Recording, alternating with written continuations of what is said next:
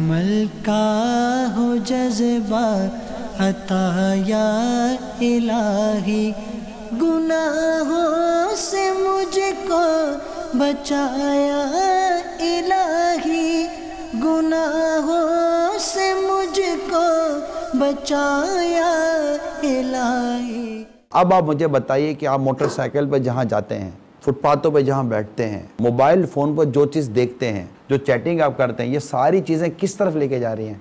आजकल हमारी एज का लड़का हर कोई कैमरा लेके फोटोग्राफी के लिए निकल गया है। ये जायज़ है फोटोग्राफी करना? अब आपने एक तो खींची किसकी, वो कौन है? हम चूँकि अल्लाह की रहमत से इस्लाम कबूल किए हुए हैं, मुसलमान हैं, तो हम इस्लाम कुरान के जो प्रिंसिपल हैं उसी के अंदर रहकर सारी बात कर सकेंगे। हम तो भाई मामले में चादर में अपलोड करते हैं, हमें धमकी होती है कि अब बर्गर बन गया मौलवी। अब वो बर्गर बने हुए बन कबाब तो अभी बन गए नहीं। उनके जहन के किसी गोशे में ये बात तो बैठी हुई है ना, ये जो हम भी जो कर रहे हैं ना, ये इतनी ज़्यादा कोई सुथरी चीज़ नहीं है। तो जब आपकी मेरा गेटअप है, आपका मेरा खून है, आप मेरे बेटे, जो बात आप कर सको मैं ना कर सकूँ, तो मैं बोलो यार जब हामिद कर सकता तो मैं क्यों नहीं कर सकता? तो लोग यही कहेंगे ना कि एज फैक्टर है। माज़अल्लाह फिर मायूसी की तरफ जो है ना वो अपना यानी ऐसा जहन चला जाता है कि यार बहुत मुश्किल है, इनको रहा तो कोई नहीं रहा, इनको रहा वही ना दिखाऊं जो इनको राह जन्नत पे चलाए, जिनको जो है ना वो अपना, ठीक है ना। मैं आपको समझाने में कोताही क्यों करूं? जब तक इंसान को गुनाह का एहसास नहीं होगा बेटा, वो तौबा कैसे करेगा? मैं इतना तो समझ रहा हूँ कि आप बुराई को बुराई समझ रहे हैं। आपको लगता नहीं है कि बुराई बढ़ तो रही है, बुराई को ख़त्म करने वाले लोग कम हैं? मैं हूँ अतीक, हम पाँचों ने प्लान किया, अब मुझे मिल तफरी करनी है। इसकी इतनी लेंगे, इसकी इतना मजाक उड़ाएंगे इसका, मजबूर होकर या रोकर या उठ के खुद ही गैलरी छोड़ के चले जाता है।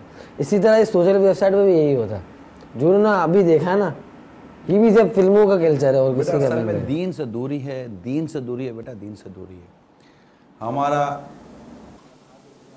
जी। दे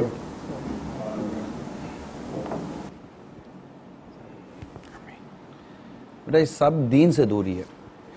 ये बताइए मुसलमान की इज्जत की हिफाजत करे, ये हमारा दीन है? ये तो मानेंगे ना, मुसलमान की इज्जत की हिफाजत करे, मुसलमान को रुस्वा नहीं करे, हत्ता के मुसलमान को किसी मुसलमान का ऐब पता चले तो उसको छुपाए। ये सब शरीयत के हमारे प्रिंसिपल्स हैं, उसूल हैं। अब ये दीन से दूरी नहीं तो क्या है जो कुछ हो रहा है? इसको एक ही जुमले में आप कह सकेंगे, इससे बढ़कर और बहुत कुछ हो रहा होगा जो शायद हो सकता है आपकी नॉलेज में भी ना हो, लेकिन हमें इसको रोकने के लिए हमें अपना किरदार अदा करना है ना। मैं ला रहा था एक शख्स पे इंफरादी कोशिश कर रहा था काफिले के वाले से ना, वो भी दोस्त है मेरा, तो मैं उससे कह रहा था काफिले में चलेंगे अपन, मज़ा आएगा। 12 दिन के साथ काफिला था ना, 3 दिन का था माता, 3 दिन का काफिला था ना। मैंने कहा देरी जा रहे हैं हम ठट्टा वगैरह, 3 दिन है आप चलो मज़ा आएगा आपको। वो तो हमें यार चले तो जाऊँगा, पर मैं एक प्रॉब्लम है ना। क्या बोला, मेरी अम्मी मेरे पे अगर सो नहीं सकती। मैंने कहा अच्छा होगी बात, नहीं सो सकती होगी, मोहब्बत होगी माँ बेटे में इतनी। उसकी उम्र है 22 साल हो, ठीक है। तो कुछ ही 2 से 3 हफ्ते बाद वो शख्स पाकिस्तान टूर पर चले गया। उस वक्त दिल में एक बार फील आई जब काफिले में पाकिस्तान टूर पर जा सकता है तो ये काफिले में भी आ सकता है। हम मजहबी लोगों से, मैं तो छोटा उम्र में अगर मैं किसी में इंफारी नहीं करता, मुझे कटाते लोग, खुला कटाए थे।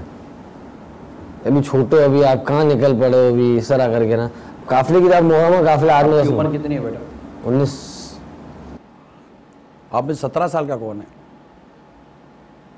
आप है मोहम्मद बिन कासिम रहमतुल्लाह ताला अलैह ने सिंध किस उम्र में फतेह किया? 17। जिस वक्त करबला के मैदान में सैयदना अली अकबर रज़ियल्लाहु ताला अन्हु शहीद हुए, इनकी उम्र कितनी थी? 17 से 18 इनकी उम्र थी। बस यही बात है सब, हमारे जहनों में ना कुछ और, कोई और इमेज डाल दिया गया इन बुजुर्गों की जगह। बेटा शुरू से एक एजुकेशन है ना, हमारी एजुकेशन ने आज हमको यहाँ खड़ा कर दिया है ना। हम ये लोग हैं, वरना हम ये नहीं हैं जो हम सोच रहे हैं, हम कुछ और हैं। हमारे में अल-बेरूनी गुजरे हैं, हमारे अबू अली सीना गुजरे हैं। ऐसा ये जो जायज़ और नाजायज़ की बातें हो रही हैं, तो घर में जैसे बच्चा फिल्म देख रहा है तो उसके लिए माँ बाप कुछ नहीं बोलते, और जब बच्चा बाहर सिगरेट पीने जाता है तो बोलते हैं जायज़ नहीं है। तो इसके लिए आप क्या कहेंगे? दोनों सूरतों में माँ बाप को रोकना चाहिए। उसमें ज़्यादा शिद्दत से रोकना चाहिए जो घर में बुराई को बुराई समझ के माँ बाप को रोकना तो चाहिए ना। यहाँ अगर माँ बाप नहीं रोकते तो यकीनन माँ बाप यहाँ पर खुद अपने लिए, जबकि रोकना है, रोकने का महल है, रोकने का मौका है, तो माँ बाप खुद एक गलती का इर्तिकाब कर रहे हैं। इनको रोकना भी चाहिए और इन्हें नमाज पढ़नी चाहिए, नमाज पढ़ानी चाहिए। तो बातों का बेटा ये होता है कि मसला ये नहीं होता कि बेटे को नेक बनाना है। असल में बेटे की बुराई नहीं चुभ रही होती, अपनी रुसवाई चुभ रही होती है। घर के अंदर आप बुराई कर रहे हो, माँ बाप रुसवा नहीं हो रहे। बाहर कोई बुराई कर तो माँ बाप रुसवा हो रहे हैं, हमारा नाम खराब होगा। अब ये नाम खराब होगा ना तो होगा ही वो। फिर तो बाज़ाहिर कोई क्या, जब नाम खराब होने की सूरत है, जब नाम खराब होने की सूरत है तो फिर यही हाल होना है। ये कॉन्सेप्ट क्लियर हुआ है? माँ बाप भी उसको मजीद अगर इसमें कुछ ऐड करें। बेटा बाहर जो बुराई करनी घर के अंदर कर लो, बाहर मत करो। क्यों बाहर नहीं करो? बाहर इसलिए नहीं करो हमारा नाम खराब होगा। इसकी कब्र और आखिरत, या घर के अंदर बुराई करे या बाहर बुराई करे, कब्र और आखिरत खराब हो रही, ये अलग बात है।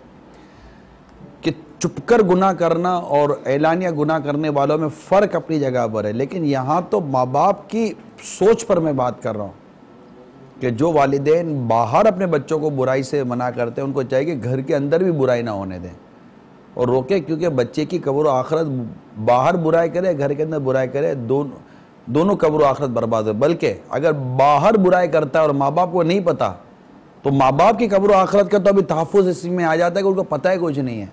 लेकिन घर में बुराई करता है और बावजूद कुदरत के माँ बाप नहीं रोक रहे, तो माँ बाप खुद अपनी कब्र और आखिरत को दाव पे लगा रहे हैं। अगर वो किसी गेम जोन पर जाता है या गेम पर या कहीं भी कुछ खेलने के लिए जाता है, तो वालिदैन बोलते हैं कि बेटा बाहर मत खेलो, आप घर के अंदर खेल लो, या हम आपको घर में ये चीज़ दिला देते हैं, आप घर में खेलो। दो चीज़ें बेटा, अगर वो बाहर खेलने के लिए जाता है, वो जो भी करने जा रहा है बाहर, अगर वो चीज़ शरअन जायज़ है तो इसको रोकने की वजह हो सकता है कि इसकी सेहत हो, इसकी जान का तहफ़्फ़ुज़ हो, हालात की ख़राबी हो। तो माँ बाप ये चाहते हैं कि यही जायज़ काम जो बेटा तुम बाहर जाकर करो तो वे घर प्रोवाइड कर देते हैं, तुम घर में बैठ कर कर लो। तो ये तो माँ बाप अपनी औलाद से मोहब्बत की वजह से कह रहे हैं, ना कि आपको बुराई की इजाज़त दे रहे हैं। इसमें ये पहलू भी होता है कि मतलब बाहर जाके वो आज़ाद हो जाएगा। अब वहाँ पर जो इंटरनेट की सहूलत मिली भी होगी, वहाँ खुला मतलब जो करना है कर लो। अब जो माँ बाप कह रहे हैं कि अगर तुम्हें गेम ही खेलना है तो अब तुम घर पे खेलो, हम तुम्हें घर पे ये सब कुछ चीज़ें प्रोवाइड करेंगे।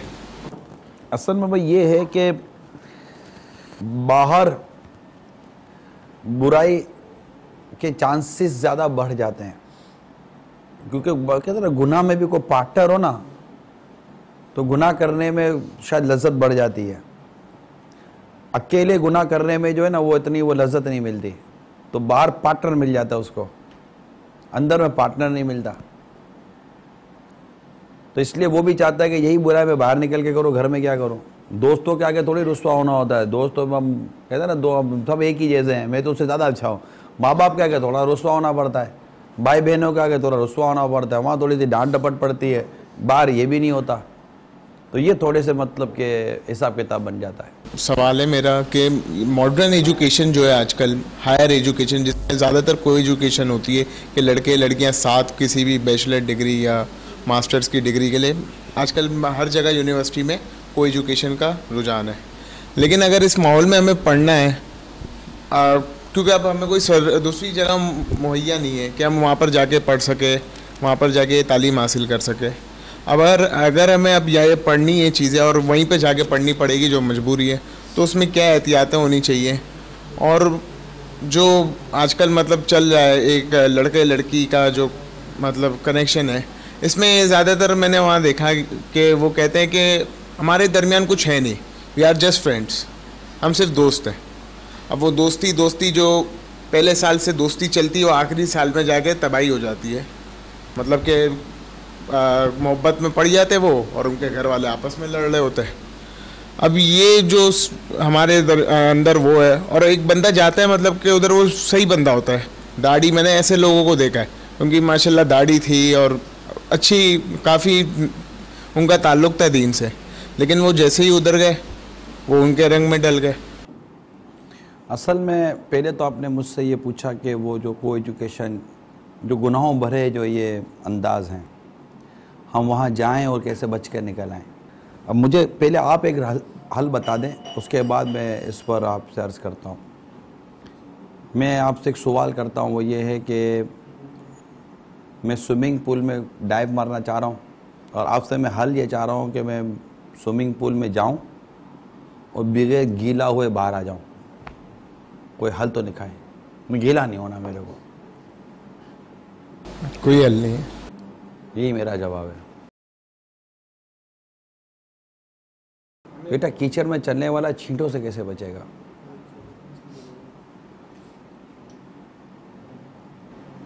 यहाँ कोई भी राह नहीं है। ऐसी पढ़ाई नहीं करे, पढ़ाई छोड़ दो।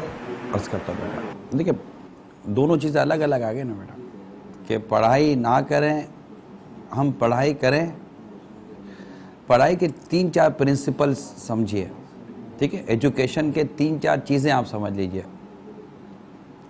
ये देखना है कि क्या पढ़ रहे हैं, जो पढ़ रहे हैं वो जायज़ होना चाहिए। दूसरी, कहाँ पढ़ रहे हैं, जहाँ पढ़ रहे हैं वो जगह पर पढ़ना जायज़ होना चाहिए। तीसरी चीज़, कौन पढ़ा रहा है, जिससे पढ़ रहे हैं ना उससे पढ़ना जायज़ होना चाहिए। 3 चीज़ें ले लीजिए।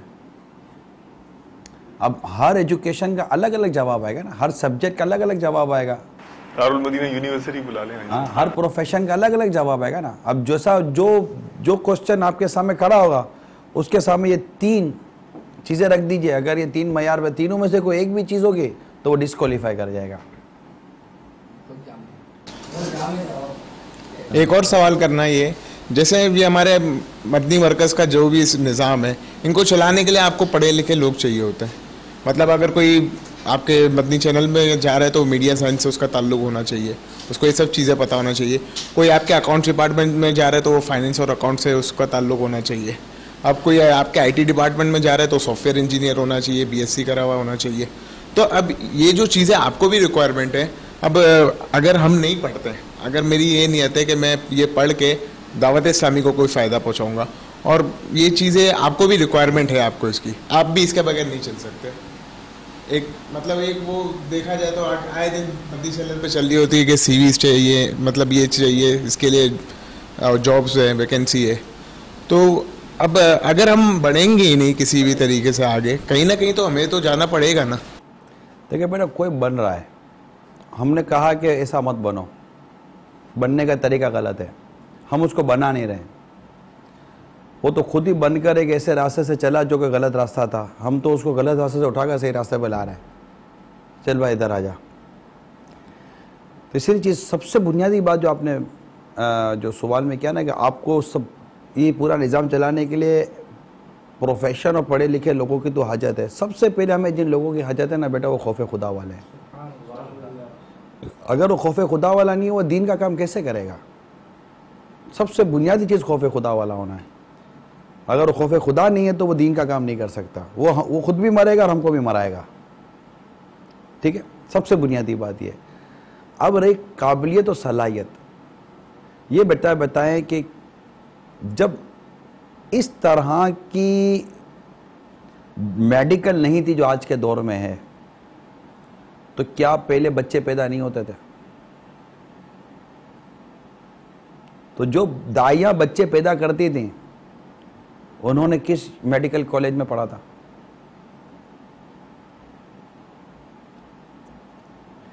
अब हालात तब्दील हुए, स्टाइल तब्दील हुआ, अंदाज तब्दील हुआ।